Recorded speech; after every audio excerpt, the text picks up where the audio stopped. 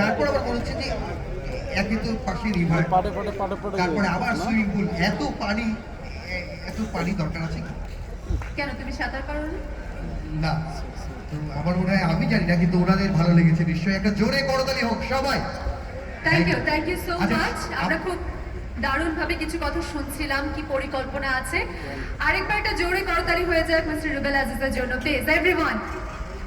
ওকে, আমি আবারও একটা আচ্ছা ছবি, আচ্ছা স্যার তো ছবি তুলছেন। আজকে আমরা বিভিন্ন গুণীজনকে এতক্ষণ মঞ্চে দেখছিলাম এবং আমরা ভীষণ সম্মানিত বোধ করছি যে এমন একজন মানুষ আজকে আমাদের মাঝে ছিলেন। আমরা রুবেল আজিজ সম্পর্কে সবাই কম বেশি জানি যারা এখানে আছেন। আজকের এই আয়োজনে তিনি অনেক কিছুই বললেন সামনের পরিকল্পনা নিয়ে, তবে এটা নিশ্চয়ই আপনারা জানেন যে ঢাকা বোট ক্লাবের সাথে তার সম্পর্কটা একেবারে প্রাণের সম্পর্ক। শুধুমাত্র একজন সদস্য হিসেবে নন, তিনি কিন্তু সূচনা লগ্ন থেকেই, প্রতিষ্ঠার সময় থেকে একজন স্বপ্নদ্রষ্টা হিসেবে ঢাকা বোট ক্লাবের সাথে ছিলেন, আছেন এখনো। এবং সেই শুরু থেকেই ঢাকায় এরকম পানির কথা বলছিলে, একদমই তাই, নামকরণ এবং ঢাকার পাশে নীরবতার মাঝে যেখানে এই যে তুমি জল নিয়ে যেটা কমপ্লেইন করছিলে, আমি একটা কবিতা শোনাতে চাই, শোনাবো? আমি একটা কবিতা শোনাতে চাই। মাছের মধ্যে আমার খুব প্রিয় চিতল কাতল রুই, মাছের মধ্যে আমার খুবই প্রিয় চিতল কাতল রুই, আর সংখ্যা একটাই ভালো লাগার, ব্যালট নাম্বার সংখ্যার মধ্যে ভালো লাগার একটাই, ব্যালট নাম্বার।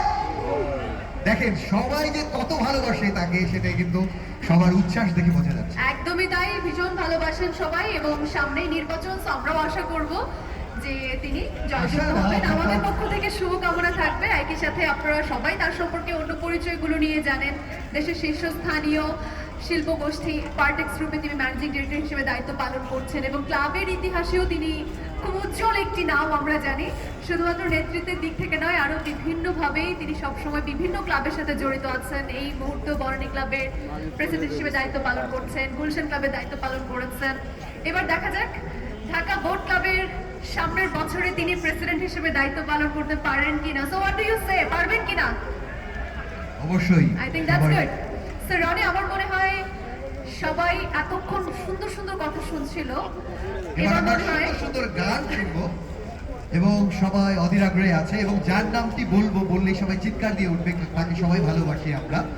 আমি বরং একটু তুমি জিজ্ঞেস করে নাও যে এখানে যারা মেয়েরা আছেন, নারীরা আছেন দর্শক মেম্বারদের মধ্যে, তারা সবাই কানে ঝুমকা পড়েছে কিনা?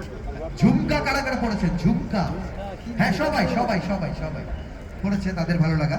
ওকে চলুন, হ্যাঁ হ্যাঁ দেখে নিই। আমার মনে হয় চমৎকার কথা শুনেছি, সেলিব্রেশনের জন্য সবাই অপেক্ষা করছি।